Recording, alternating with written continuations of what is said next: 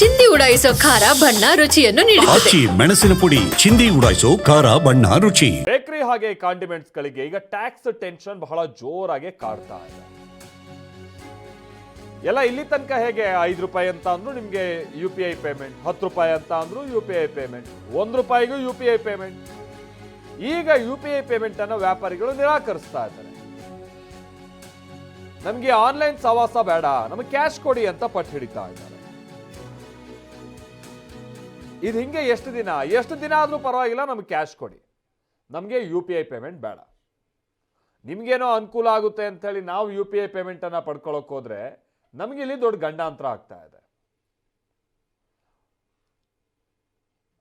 So ಇದು ಅವ್ರಿಡ್ತಾ ಇರುವಂತ ವಾದ. ಇದಕ್ಕೆ ತಕ್ಕ ಹಾಗೆ ಕೆಲವರು ನೋಟಿಸ್ ಅನ್ನ ಕೂಡ ತೋರಿಸ್ತಾ ಇದ್ದಾರೆ.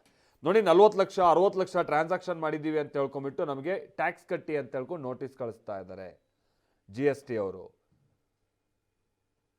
ನಮ್ಮ ವ್ಯಾಪಾರ ನೋಡಿದ್ರೆ ನಾವು 2-3 ಸಾವಿರ ವ್ಯಾಪಾರ ಮಾಡ್ತೀವಿ, ಅದೇ ಹಿಂಗೆ 40 ಲಕ್ಷ ರೂಪಾಯಿ ವ್ಯಾಪಾರ ಅಂತ ಇವ್ರು ತೋರಿಸ್ತಾ ಇದ್ದಾರೆ. ಈ ರೀತಿಯಾದಂಥ ಕೆಲವರು ವಾದವನ್ನು ಹುಡ್ತಾ ಇದ್ದಾರೆ. ಇಲ್ಲ, ಈಗ 40 ಲಕ್ಷ ನೀವು ಟ್ರಾನ್ಸಾಕ್ಷನ್ ಮಾಡಿದ್ರೂ ಕೂಡ ಸಮಸ್ಯೆ ಇಲ್ಲ, ಅದೊಂದು ಲೆಕ್ಕಾಚಾರಕ್ಕೆ ನಮಗೆ ಒಂದು ಮಾಹಿತಿ ಬೇಕಿದೆ, ಆ ಕಾರಣಕ್ಕಾಗಿ ನೀವು ಬಂದು ನಮಗೆ ಮಾಹಿತಿ ಕೊಡಿ ಅಷ್ಟೇ ಸಾಕು ಅಂತ ವಾಣಿಜ್ಯ ತೆರಿಗೆ ಇಲಾಖೆ ಅಧಿಕಾರಿಗಳು ಹೇಳ್ತಾ ಇದ್ದಾರೆ. ಆದರೆ ಕೆಲವರು ನಮಗೆ 15 ಲಕ್ಷ 18 ಲಕ್ಷ ನಾವು ಪಾವತಿ ಮಾಡಬೇಕು ಟ್ಯಾಕ್ಸ್ ರೂಪದಲ್ಲಿ ಅಂತ ಹೇಳ್ಕೊಂಡು ನಮಗೆ ನೋಟಿಸ್ ಬಂದಿದೆ ಅನ್ನುವಂಥ ಆರೋಪವನ್ನು ಮಾಡ್ತಿದ್ದಾರೆ. ಈಗ ಸೇವೆಗೆ ಸಂಬಂಧಪಟ್ಟ ಹಾಗೆ 40 ಲಕ್ಷದ ಮೀರಿದ ಏನಾದರೂ ವಹಿವಾಟನ್ನು ನಡೆಸಿದ್ರೆ ಸರ್ವಿಸ್ಗೆ ಸಂಬಂಧಪಟ್ಟ ಹಾಗೆ ಹೌದು, ನೀವು ಟ್ಯಾಕ್ಸನ್ನು ಕಟ್ಟಬೇಕಾಗುತ್ತೆ. ಎಲ್ಲವನ್ನೂ ಒಂದು ಸ್ಟ್ರೀಮ್ ಲೈನಿಗೆ ತರುವಂಥ ಪ್ರಯತ್ನ ಇದು ಅಂತ ಹೇಳ್ಕೊಂಡು GST ಅವರು ಹೇಳ್ತಾ ಇದ್ದಾರೆ. ಆದರೆ ವ್ಯಾಪಾರಿಗಳಿಗೆ ಹೀಗೆ ಇದ್ದಕ್ಕಿದ್ದಾಗೆ ಸುಮಾರು 6,000 ವ್ಯಾಪಾರಿಗಳಿಗೆ ಈಗ ನೋಟಿಸನ್ನು ಕೊಟ್ಟಿರೋದು ಅಂಥೇಳಿ ನಮಗೆ ಗೊತ್ತಾಗ್ತಾ ಇದೆ. ಅದರಲ್ಲಿ ನೋಟಿಸ್ ಬಂದಂಥವರೆಲ್ಲ ಕಟ್ಟಲೇಬೇಕು ಅನ್ನುವಂಥದ್ದಲ್ಲ, ಅದೊಂದು ಲೆಕ್ಕಾಚಾರ ಆಗಬೇಕಿದೆ. ಅದಾದ ನಂತರದಲ್ಲಿ ಏನಾದರೂ ಅವ್ರ ಆದಾಯ ಮೀರಿದಂಥದ್ದು ಅಥವಾ ಇವ್ರ ಲೆಕ್ಕಾಚಾರ ತೋರಿಸೋದಕ್ಕಿಂತ ಹೆಚ್ಚಿನಂಥದ್ದು ಅವರೇನಾದರೂ ವ್ಯವಹಾರ ಆಗಿದ್ರೆ ಆ ಟೈಮ್ನಲ್ಲಿ ನೀವು ಪಾವತಿ ಮಾಡಬೇಕಾಗುತ್ತೆ ಅಂತ ಹೇಳ್ಕೊಂಡು GST ಅವರು ಹೇಳ್ತಾ ಇದ್ದಾರೆ. ಆದರೆ ಇದೇ ಈಗ ಬಹಳ ಗೊಂದಲಕ್ಕೆ ಕಾರಣ ಆಗ್ತಾ ಇದೆ. ಆಮೇಲೆ UPI ಪೇಮೆಂಟ್ ವಿಚಾರವಾಗಿ ನಮ್ಮ ರಾಜ್ಯ ಇದೆಯಲ್ಲ, ಬಹಳ ಗಮನಾರ್ಹವಾದಂಥ ಸಾಧನೆ ಮಾಡಿದೆ. ಡಿಜಿಟಲ್ ಇಂಡಿಯಾದ ಒಂದು ಬಹುಮುಖ್ಯ ಅಂಗ ಈ UPI ಪೇಮೆಂಟನ್ನು ಮಾಡುವಂಥದ್ದು ಕೂಡ ಆಗಿದೆ, ಅಥವಾ UPI ಮುಖೇನವಾಗಿ ಪೇಮೆಂಟನ್ನು ರಿಸೀವ್ ಮಾಡಿಕೊಳ್ಳುವಂಥದ್ದು ಕೂಡ ಆಗಿದೆ. ಹೊರ ದೇಶದವರು ಕೂಡ ಬಹಳಷ್ಟು ಮಂದಿ ನಮ್ಮ ರಾಜ್ಯದಲ್ಲಿ ಓಡಾಡಿದಂಥ ಸಂದರ್ಭ ಅಥವಾ ನಮ್ಮ ದೇಶದಲ್ಲಿ ಓಡಾಡಿದಂಥ ಸಂದರ್ಭದಲ್ಲಿ UPI ಬಳಕೆ ಆಗ್ತಾ ಇರುವಂಥದ್ದು ಆ ವಿಧಾನವನ್ನು ಕಂಡು ಅವರು ಆಶ್ಚರ್ಯವನ್ನು ವ್ಯಕ್ತಪಡಿಸಿದ್ರು.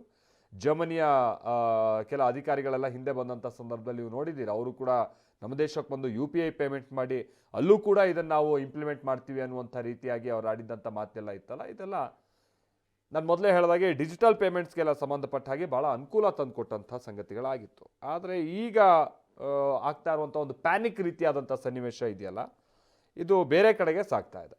ಶಾಂತಮೂರ್ತಿ ನಮ್ಮ ಪ್ರತಿನಿಧಿ ಇದಕ್ಕೆ ಸಂಬಂಧಪಟ್ಟಾಗಿ ಮತ್ತಷ್ಟು ಡೀಟೇಲ್ಸ್ ಅನ್ನು ಕೊಡ್ತಾರೆ. ನಮ್ಮ ಜೊತೆಗೆ ನೇರ ಸಂಪರ್ಕದಲ್ಲಿ ಜಾಯ್ನ್ ಆಗ್ತಾ ಇದ್ದಾರೆ. ಶಾಂತಮೂರ್ತಿ, ಕೇವಲ ಈ ಚೇಂಜ್ ಹೊಂದಿಸುವಂಥ ತಲೆಬಿಸಿ ಮಾತ್ರ ಅಲ್ಲ, ಇದು ಬ್ಯಾಂಕ್ ಟ್ರಾನ್ಸಾಕ್ಷನ್ ನಡೀತಾ ಇದ್ದಂತಹ ಕಾರಣಕ್ಕಾಗಿ ಏನೇನು ಲೆಕ್ಕಾಚಾರಕ್ಕೆ ಆಗ್ತಾ ಇದೆ, ಏನೇನು ವ್ಯವಹಾರ ಆಗ್ತಾ ಇದೆ, ಇದೆಲ್ಲವೂ ಕೂಡ ಒಂದು ಸ್ಟ್ರೀಮ್ ಲೈನಿಗೆ ತರೋದಕ್ಕೂ UPI ಪೇಮೆಂಟ್ ಬಹಳ ಅನುಕೂಲ ಆಗ್ತಾ ಇತ್ತು.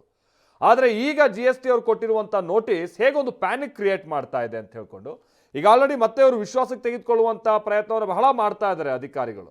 ಬಟ್ ವ್ಯಾಪಾರಸ್ಥರು ಏನು ಹೇಳ್ತಾ ಇದ್ದಾರೆ ಶಾಂತಮೂರ್ತಿ, ಇದು ಯಾವ ಕಡೆಗೆ ಸಾಗ್ತಾ ಇದೆ ಅಂತ ಹೇಳಿ? ಎಸ್ ಮಾಂತೇಶ್, ಈಗಾಗಲೇ ಏನು ಸಾಕಷ್ಟು ಕಡೆಗಳಲ್ಲಿ UPI ಯೂಸ್ ಮಾಡ್ತಿದ್ದಂಥ ಗ್ರಾಹಕರಿಗೆ ಆಗ ವ್ಯಾಪಾರಿಗಳಿಗೆ ಶಾಕ್ ಅನ್ನು ಕೊಟ್ಟಿತ್ತು. ಅಂದರೆ GST ಮೂಲಕ ಒಂದು ಟ್ಯಾಕ್ಸ್ ಅನ್ನು ಕಟ್ಟಬೇಕು ಅಂತ ನೋಟಿಸ್ ಅನ್ನು ಕೊಡಲಾಗಿತ್ತು. ಈ ನೆಲೆಯಲ್ಲಿ ಸಾಕಷ್ಟು ವ್ಯಾಪಾರಿಗಳು ಈಗ ಕ್ಯಾಶ್ನ ಮೊರೆ ಹೋಗ್ತಾ ಇರುವಂಥದ್ದು ನನಗೆ KR ಮಾರ್ಕೆಟ್ನಲ್ಲಿ ಇಲ್ಲಿ ಗಮನಿಸ್ತಾ ಇದ್ದೀರಾ. ಸಾಕಷ್ಟು ಅಂಗಡಿಗಳಲ್ಲಿ ಈಗಾಗಲೇ ಫೋನ್ಪೇ ಗೂಗಲ್ ಪೇ ಮರೆಯಾಗಿರುವಂಥದ್ದು. ಯಾಕಂದರೆ ಒಂದು ಟ್ಯಾಕ್ಸನ್ನು ಎಲ್ಲಿ ಕಟ್ಟಬೇಕಾಗುತ್ತೋ, ನಮಗೆ ಎಲ್ಲಿ ನೋಟಿಸ್ ಬರುತ್ತೋ ಅನ್ನೋ ಆತಂಕದಲ್ಲಿ ವ್ಯಾಪಾರಿಗಳಿದ್ದಾರೆ. ಜೊತೆಗೆ ಈಗ ಕ್ಯಾಶನ್ನು ಪ್ರಿಫರ್ ಮಾಡ್ತಾ ಇರುವಂಥದ್ದು. ಯಾಕಂದರೆ ಒಂದು UPI ಪೇಮೆಂಟನ್ನು ಮಾಡಿದ ಸಂದರ್ಭದಲ್ಲಿ ನಮಗೂ ಕೂಡ ನೋಟಿಸ್ ಬರ್ಬೋದು ಅನ್ನೋ ಆತಂಕ ಎದುರಾಗಿದೆ. ಸದ್ಯ ನಿಮ್ಮ ಜೊತೆ ವ್ಯಾಪಾರಿ ಇದ್ದಾರೆ, ಮಾತಾಡಿಸ್ತಾ ಹೋಗ್ತೀನಿ. ಸರ್, ಈಗ phone pay Google pay use ಮಾಡ್ತಾ ಇಲ್ಲ, ಕ್ಯಾಶ್ ಯೂಸ್ ಮಾಡ್ತಾ ಇದ್ರೆ ಏನ್ ಸಮಸ್ಯೆ ಆಗಿದೆ ಅಂತ? ತೊಂದರೆ ಆಗ್ತಾ ಇದೆ. ಈಗ ಫೋನ್ ಪೇ ಅಂದ್ರೆ ಅಲ್ಲೂ ತೊಂದರೆ ಆಗ್ತಾ ಇದೆ. ಫೋನ್ ಪೇ ಯಾರಿಗೂ ಯೂಸ್ ಮಾಡ್ತಾ ಇಲ್ಲ, ಫೋನ್ ಪೇ ಬೇಡ ಅಂತ ಇದೀವಿ. ಕ್ಯಾಶ್ ಇದ್ರೆ ವ್ಯಾಪಾರ, ಹಂಗಂದ್ರೆ ಕ್ಯಾಶ್ ಇಲ್ಲ ಅಂದ್ರೆ ಗಿರಾಗಿ ಹೋಗ್ಬಿಡ್ತಾ ಇದೆ. ತುಂಬ ಕಷ್ಟ ಆಗ್ತಾ ಇದೆ ನಮಗೆ. ಎಲ್ಲರಿಗೆ ಈಸಿ ಆಯಿತು, ಫೋನ್ ಪೇ ಮಾಡ್ತಾ ಇದ್ರು, ತೊಗೊಂಡು ಐಟಮ್ ತೊಗೊಂಡು ಹೋಗ್ತಾ ಇದ್ರಿ, ಕಾಸು ಕಳೆದ್ರೆ ಇಲ್ಲ, ನಮ್ಮ ಹತ್ರ ಫೋನ್ ಪೇನೇ ಇರೋದು ಅಂತ ಇದ್ದಾರೆ. ನಮಗೆ ತೊಂದರೆ ಆಗ್ತದೆ, ವ್ಯಾಪಾರ ಆಗ್ತಾ ಇಲ್ಲ. ಅದೇ ನಮ್ಮ ಪ್ರಾಬ್ಲಮ್, ಬೇರೆ ಏನಿಲ್ಲ. ಇದು ವ್ಯಾಪಾರಿಗಳು ಹೇಳ್ತಿರುವಂತ ಮಾತು. ಒಟ್ಟಿನಲ್ಲಿ ಈಗಾಗಲೇ ಫೋನ್ ಪೇಯನ್ನು ಯೂಸ್ ಮಾಡಿದ್ರೆ ಒಂದ್ ಕಡೆ ಟ್ಯಾಕ್ಸ್ ಕಟ್ಟುವ ಆತಂಕ ಎದುರಾಗಿದೆ, ಜೊತೆಗೆ ನೋಟಿಸ್ ಬರ್ಬೋದು ಅನ್ನೋ ಭಯ ವ್ಯಾಪಾರಿಗಳಿಗೆ ಎದುರಾಗಿದೆ. ಮತ್ತೊಂದು ಕಡೆಯಲ್ಲಿ ಬಂದಂತ ಗ್ರಾಹಕರು ಕೂಡ ಫೋನ್ ಪೇ ಇಲ್ಲ ಅಂದಾಗ ಕ್ಯಾಶ್ ಅನ್ನ ಕೊಡ್ತಾ ಇಲ್ಲ, ಜೊತೆಗೆ ಎಲ್ಲಿ ಫೋನ್ ಪೇ ಗೂಗಲ್ ಪೇ ಅನ್ನು ಯೂಸ್ ಮಾಡ್ತಾ ಇದ್ರು ಆ ಒಂದು ಜಾಗಕ್ಕೆ ಹೋಗಿ ವ್ಯವಹಾರವನ್ನ ಮಾಡ್ತಾ ಇದ್ದಾರೆ. ಇದು ನಮಗೆ ಲಾಸ್ ಆಗ್ತಾ ಇದೆ ಅನ್ನೋ ಮಾತನ್ನ ಆ ವ್ಯಾಪಾರಿಗಳು ಹೇಳ್ತಾ ಇರುವಂತದ್ದು. ಇನ್ನು ಸಾಕಷ್ಟು ಕಡೆಗಳಲ್ಲಿ ಗ್ರಾಹಕರು ಕೂಡ ಆ ಕ್ಯಾಶ್ಲೆಸ್ ವ್ಯವಹಾರನೇ ಮಾಡ್ತಾ ಇರೋದ್ರಿಂದ ಬಂದಂತ ಸಂದರ್ಭದಲ್ಲೂ ಕೂಡ ಸಾಕಷ್ಟು ಸಮಸ್ಯೆಯನ್ನ ಅನುಭವಿಸ್ತಾರೆ. ಜೊತೆಗೆ ಒಂದಷ್ಟು ಅಂಗಡಿಗಳಲ್ಲಿ ಈಗಾಗಲೇ ಆ ಕ್ಯಾಶ್ ಅನ್ನ ಮಾತ್ರ ಯೂಸ್ ಮಾಡ್ತೀವಿ ಅಂತ ಹೇಳ್ತಾ ಇರೋದ್ರಿಂದ ಆ ವ್ಯಾಪಾರಿಗಳಿಗೆ ಸಂಕಷ್ಟ ಎದುರಾಗಿರುವಂತದ್ದು. ನಾನು ಮತ್ತೊಬ್ಬ ವ್ಯಾಪಾರಿಯನ್ನ ಮಾತಾಡಿಸುವ ಪ್ರಯತ್ನವನ್ನ ಕೂಡ ಮಾಡ್ತೀನಿ. ಸದ್ಯ ಗಮನಿಸ್ತಾ ಇದ್ದೀರಾ, ಇಲ್ಲಿ ಈಗಾಗಲೇ ಸಾಕಷ್ಟು ಅಂಗಡಿಗಳಲ್ಲಿ QR ಕೋಡ್ಗಳನ್ನ ತೆಗೆದಿರುವಂತದ್ದು. ವ್ಯಾಪಾರಿ ಇದ್ರೆ ಮಾತಾಡಿಸ್ತೀನಿ. ಸರ್, ಈಗ ಫೋನ್ ಪೇ ಗೂಗಲ್ ಪೇನ ಯೂಸ್ ಮಾಡ್ತಾ ಇಲ್ಲ, ಯಾಕಂದ್ರೆ ನೋಟಿಸ್ ಬಂದಿದೆ ತುಂಬಾ ಕಡೆಗಳಲ್ಲಿ. ನಿಮ್ಮಲ್ಲಿ ಹೇಗಿದೆ ಪರಿಸ್ಥಿತಿ ಅಂತ? ಸರ್ ಗೊತ್ತಾ ಹೇಳಿ. ಫೋನ್ ಪೇ ಗೂಗಲ್ ಪೇಗಳನ್ನ ಈಗ ಯೂಸ್ ಮಾಡ್ತಿಲ್ಲ, ಕ್ಯಾಶ್ನ ಬಳಸ್ತಾ ಇದ್ದೀರಾ, ಗ್ರಾಹಕರು ಯಾವ ರೀತಿ ರೆಸ್ಪಾಂಡ್ ಮಾಡ್ತಾ ಇದ್ದಾರೆ ಅಂತ? ಕ್ಯಾಶೇ ಕೊಡಿ ಅಂದರೆ ಎಲ್ಲ ಆಲ್ಮೋಸ್ಟ್ ಎಲ್ಲ UPI ಪೇಮೆಂಟೇ ಯೂಸ್ ಮಾಡ್ತಾ ಇರೋದು. ಸೊ ಅದರಿಂದ ನಮಗೂ ಸ್ವಲ್ಪ ಎಫೆಕ್ಟ್ ಆಯ್ತಾ ಇದೆ. ಕ್ಯಾಶ್ ಕೊಡಿ ಅಂದರೆ ಕ್ಯಾಶ್ ಕೊಡ್ತಾ ಇಲ್ಲ, ಎಲ್ಲ ಫೋನ್ ಪೇ ಅಂತಲೇ ಇದು ಮಾಡ್ತಾರೆ. ಫೋನ್ ಪೇ ಗೂಗಲ್ ಪೇ ಅದೇ ರೆಸ್ಪಾನ್ಸ್ ಮಾಡ್ತಾರೆ. ಸರ್, ಈಗ ಸಾಕಷ್ಟು ಜನರಿಗೆ ನೋಟಿಸ್ ಕೊಟ್ಟಿದ್ರು ಆ ಟ್ಯಾಕ್ಸ್ ಕಟ್ಟಬೇಕು ಅಂತ. ನಿಮಗೂ ಆ ರೀತಿ ಏನಾದ್ರು ಭಯ ಇದೆಯಾ? ಯಾಕಂದ್ರೆ ವ್ಯವಹಾರ ಮಾಡಿರ್ತೀರಾ. ಹೌದು ಭಯ ಇದೆ ಸರ್. ಇವಾಗ ಏನಕ್ಕೆ ನಮ್ಮದೆಲ್ಲ ಟ್ರಾನ್ಸಾಕ್ಷನ್ ಆಲ್ಮೋಸ್ಟ್ ಎಲ್ಲ ಏನು ನಿಮಗೂ ಗೊತ್ತಿರೋಂಗೆ 10 ರೂಪೀಸ್ ಎಲ್ಲೇ ತೊಗೊಂಡ್ರೇನೋ ಫೋನ್ಪೇ ಗೂಗಲ್ ಪೇನೇ ಅದು ಟ್ರಾನ್ಸಾಕ್ಷನ್ ಹೋಯ್ತಾ ನಮಗೂ ಎಕ್ಸ್ಪೆಕ್ಟ್ ಇರಲ್ಲ, ಅದೆಷ್ಟೋ ಇದಾಗಿರುತ್ತೆ. ಅದಾದಮೇಲೆ ಅಟ್ ಎ ಟೈಮ್ ಬಂದು ಲಾಸಲ್ಲಿ ಏನಾದರೂ ನಮಗೂ ನೋಟಿಸ್ ಬಂದರೆ ಭಯ ಇದ್ದೇ ಇದೆ ನಮಗೂ. ಇದಿಷ್ಟು ವ್ಯಾಪಾರಿಗಳ ಮಾತು. ಒಟ್ಟಿನಲ್ಲಿ ಈ ಒಂದು ಟ್ಯಾಕ್ಸ್ನ ಪರವಾಗಿ ಏನೋ ನೋಟಿಸ್ ಅನ್ನ ಕೊಟ್ಟಿರುವಂತದ್ದು ವ್ಯಾಪಾರಿಗಳಿಗೆ ಆತಂಕವನ್ನ ತಂದಿಟ್ಟಿದೆ. ಎಲ್ಲಿ ನಮಗೂ ಕೂಡ ನೋಟಿಸ್ ಬರುತ್ತೋ ನಾವು ಕೂಡ ಟ್ಯಾಕ್ಸ್ ಅನ್ನ ಕಟ್ಟಬೇಕಾಗುತ್ತೋ ಅನ್ನೋ ಆತಂಕದಿಂದ ಈಗ ಸಾಕಷ್ಟು ಜನರು ಕ್ಯಾಶ್ ಮೂಲಕನೇ ವ್ಯವಹಾರವನ್ನು ಮಾಡೋದಕ್ಕೆ ಮುಂದಾಗಿರುವಂತದ್ದು. ಮಂತೇಶ್, ಓಕೆ, ಥ್ಯಾಂಕ್ ಯು ಶಾಂತಮೂರ್ತಿ.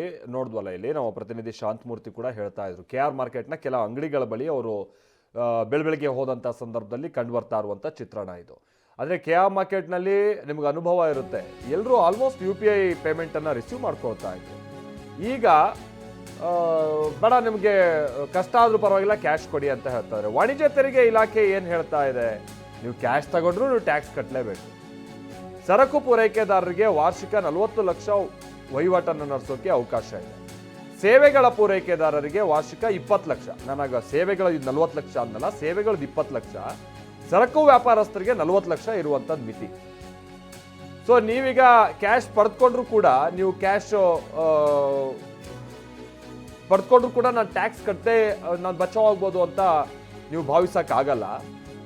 ನೀವು ಕಟ್ಟಲೇಬೇಕಾಗುತ್ತೆ ಅಂತ GST ಅವ್ರು ಹೇಳ್ತಾ ಇದ್ದಾರೆ. ಅಂದ್ರೆ ಅವ್ರು ಇದಕ್ಕೆ ಹೇಳ್ತಾ ಇರುವಂಥದ್ದು ಏನಂದ್ರೆ, ಒಂದು ಲೆಕ್ಕಾಚಾರ ಇರುತ್ತಲ್ವ. ಈಗ ಯಾರಿಂದ, ಫಾರ್ ಎಕ್ಸಾಂಪಲ್ ನಾನೊಂದು ಅಂಗಡಿಯನ್ನು ನಡೆಸ್ತಾ ಇದ್ದೀನಿ ಅಂತ ಅಂದರೆ, ನಾನು ಇಂತಿಷ್ಟಂತ ಐಟಮ್ಸ್ನೆಲ್ಲ ನಾನು ಪೂರೈಕೆದಾರರಿಂದ ನಾನು ಪರ್ಚೇಸ್ ಮಾಡ್ತೀನಲ್ವ, ಹೋಲ್ಸೇಲರ್ಸಿಂದ. ಆ ಟೈಮ್ನಲ್ಲಾದರೂ ಒಂದು ಲೆಕ್ಕಾಚಾರ ಅನ್ನುವಂಥದ್ದು ನಮಗೆ ಸಿಕ್ಕೇ ಸಿಗುತ್ತೆ, ಎಷ್ಟು ಖರೀದಿ ಮಾಡಿದ್ದಾರೆ ಇವರು, ಏನು ಎತ್ತ ಅನ್ನುವಂಥದ್ದು. ನಿಮ್ಗೆ ಯಾರು ಮಾರಾಟ ಮಾಡಿರ್ತಾರೋ ಅವರಿಂದ ಆದರೂ ನಮಗೆ ಆ ಲೆಕ್ಕಗಳು ಸಿಗ್ತಾ ಹೋಗುತ್ತೆ. ಆಮೇಲೆ ನಿಮ್ಮ ವ್ಯಾಪಾರ ಏನು, ವಹಿವಾಟೇನು, ಇದನ್ನು ಪತ್ತೆ ಹಚ್ಚುವಂಥದ್ದು ಏನು ಕಷ್ಟ ಅಲ್ಲ. ಹೀಗಾಗಿ ಬಹಳ ವ್ಯಾಪಾರ ಮಾಡಿಕೊಂಡು ಈಗ ಸರ್ವಿಸಸ್ಗೆ ಸಂಬಂಧಪಟ್ಟಾಗೆ 20 ಲಕ್ಷಕ್ಕಿಂತ ಹೆಚ್ಚಿನ ಟ್ರಾನ್ಸಾಕ್ಷನನ್ನು ಮಾಡಿಕೊಂಡು, ಇನ್ನು ಸರಕುಗಳ ವಹಿವಾಟಿಗೆ ಸಂಬಂಧಪಟ್ಟಂಗೆ 40 ಲಕ್ಷಕ್ಕಿಂತ ಹೆಚ್ಚಿನ ವಹಿವಾಟನ್ನು ಮಾಡ್ಕೊಂಡು ವರ್ಷಕ್ಕೆ ಹೇಳ್ತಾ ಇರುವಂಥದ್ದು. ನೀವು ನಮ್ಮನ್ನು ಮಿಸ್ಲೀಡ್ ಮಾಡೋದಕ್ಕೆ ಚಾನ್ಸ್ ಆಗಲ್ಲ ಅಥವಾ ಸಾಧ್ಯ ಇಲ್ಲ ಅನ್ನುವಂಥದ್ದನ್ನ ಹೇಳ್ತಾ ಇದ್ದಾರೆ. ಇದಕ್ಕೆ ಸಂಬಂಧಪಟ್ಟಂಗೆ ಈಗ ನೋಡ್ತಾ ಇದೀವಲ್ಲ, ಈಗ GST ಅವರು ಒಂದು ಪತ್ರಿಕಾ ಪ್ರಕಟಣೆಯನ್ನು ಕೂಡ ಹೊರಡಿಸಿದ್ದಾರೆ.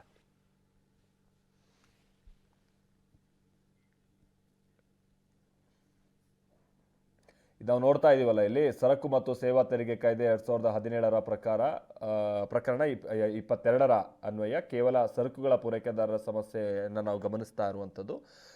ಸಮಗ್ರ ವಹಿವಾಟು ಒಂದು ಹಣಕಾಸು ವರ್ಷದಲ್ಲಿ ನಗದು ರೂಪದಲ್ಲಾಗಲಿ ಅಥವಾ UPI ಅಥವಾ ಇನ್ಯಾವುದೇ ರೀತಿಯಾದಂಥ ಅದು ಮೆಷಿನ್ಸ್ಗಳದೆಲ್ಲ ಅಲ್ಲಿ ಉಲ್ಲೇಖ ಇದೆ. 40 ಲಕ್ಷ ರೂಪಾಯಿಗಳನ್ನು ಮೀರಿದರೆ ಅಥವಾ ಸೇವೆಗಳ ಪೂರೈಕೆದಾರರ ಸಮಗ್ರ ವಹಿವಾಟು ಒಂದು ಹಣಕಾಸು ವರ್ಷದಲ್ಲಿ 20 ಲಕ್ಷಗಳನ್ನು ಮೀರಿದರೆ ಅಂಥ ವರ್ತಕರು GST ನೋಂದಣಿಯನ್ನು ಪಡೆಯುವುದು ಕಡ್ಡಾಯ ಆಗಿರುತ್ತೆ. ಸಮಗ್ರ ವಹಿವಾಟಿನಲ್ಲಿ ತೆರಿಗೆ ವಿಧಿಸಬಹುದಾದಂತಹ ಮತ್ತು ತೆರಿಗೆ ವಿನಾಯಿತಿ ಪಡೆದಂತಹ ಸರಕು ಮತ್ತು ಸೇವೆಗಳು ಕೂಡ ಸೇರಿರ್ತವೆ ಅನ್ನುವಂಥದ್ದನ್ನು ಅವ್ರು ಹೇಳ್ತಾ ಇದ್ದಾರೆ. ಹಾಗಾಗಿ ಮಿಸ್ಲೀಡ್ ಮಾಡೋಕ್ಕೆ ಹೋಗಬೇಡಿ ಅಂಥೇಳಿ ಅವರು ಮೇಲಿನ ಮೇಲೆ ಮತ್ತೆ ಈ ರೀತಿಯಾದಂಥ ಪತ್ರಿಕಾ ಪ್ರಕಟಣೆಯನ್ನು ಕೂಡ ಹೊರಡಿಸ್ತಾ ಇರುವಂಥದ್ದನ್ನು ನಾವಿಲ್ಲಿ ನೋಡ್ತಾ ಇದ್ದೀವಿ.